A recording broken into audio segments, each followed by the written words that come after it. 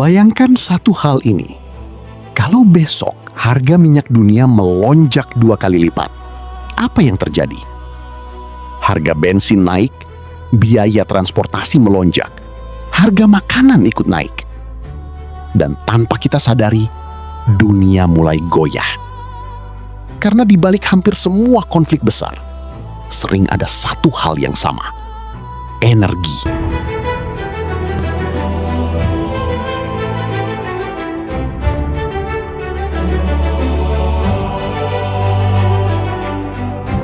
Minyak bukan cuma bahan bakar kendaraan. Ia menggerakkan industri, listrik, logistik global, bahkan militer.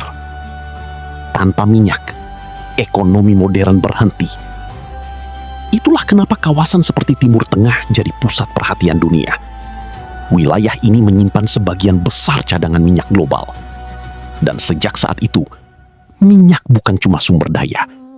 Ia berubah menjadi alat kekuasaan. Sejarah mencatat, perebutan energi sudah terjadi sejak lama. Salah satu momen penting adalah krisis minyak tahun 1973. Saat negara-negara Arab menghentikan ekspor minyak ke barat, dunia langsung panik. Harga melonjak drastis. Antrian panjang di SPBU terjadi di mana-mana. Peristiwa ini dikenal sebagai krisis minyak 1973. Dan sejak saat itu, dunia sadar satu hal. Siapa yang mengontrol minyak bisa mempengaruhi ekonomi global.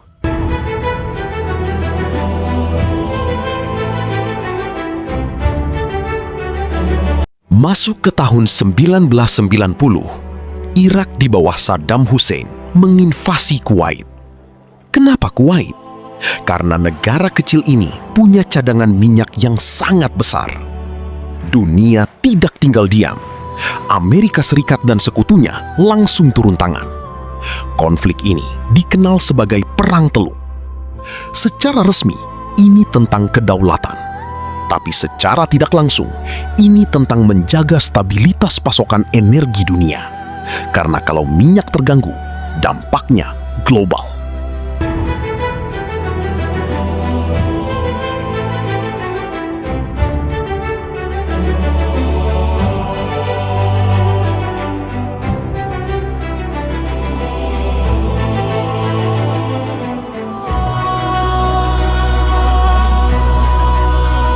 Di era modern, perang tidak selalu menggunakan senjata. Energi bisa jadi alat tekanan. Negara bisa menaikkan harga, membatasi ekspor, atau mengontrol jalur distribusi. Contohnya, jalur strategis seperti Selat Hormuz. Sebagian besar minyak dunia melewati jalur ini. Kalau jalur ini terganggu, harga minyak bisa langsung melonjak. Dan dunia ikut terdampak.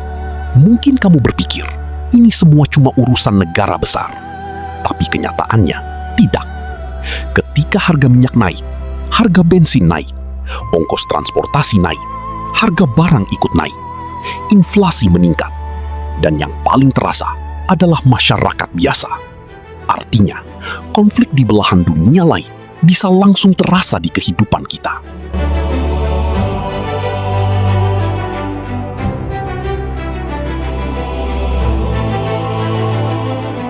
Sekarang, dunia mulai berubah. Energi terbarukan berkembang. Listrik, tenaga surya, kendaraan listrik. Tapi pertanyaannya, jadi ketika kamu melihat berita tentang konflik di Timur Tengah, ingat satu hal. Ini bukan cuma soal wilayah, bukan cuma soal politik, tapi soal sesuatu yang menggerakkan dunia. Energi. Dan pertanyaannya sekarang, di masa depan, apa yang akan jadi minyak berikutnya? Apakah konflik akan berhenti?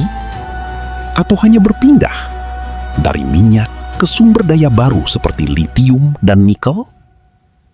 Sejarah memberi satu pelajaran penting. Yang diperebutkan mungkin berubah, tapi perebutannya tidak pernah benar-benar hilang.